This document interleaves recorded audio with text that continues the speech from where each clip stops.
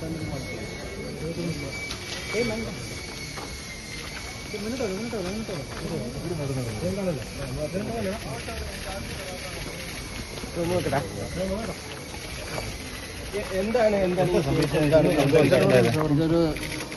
ബാങ്കുമായി ബന്ധപ്പെട്ട ഒരു വിഷയമാണ്.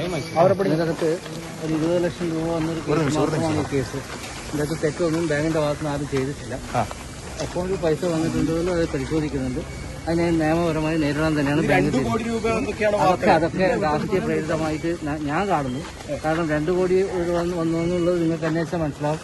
ആകെ 20 ലക്ഷത്തിന്റെ കേസ്. ഈ ബാങ്കിന്റെ അക്കൗണ്ടിലേക്ക് വന്ന എല്ലാ പണത്തിന്റെയും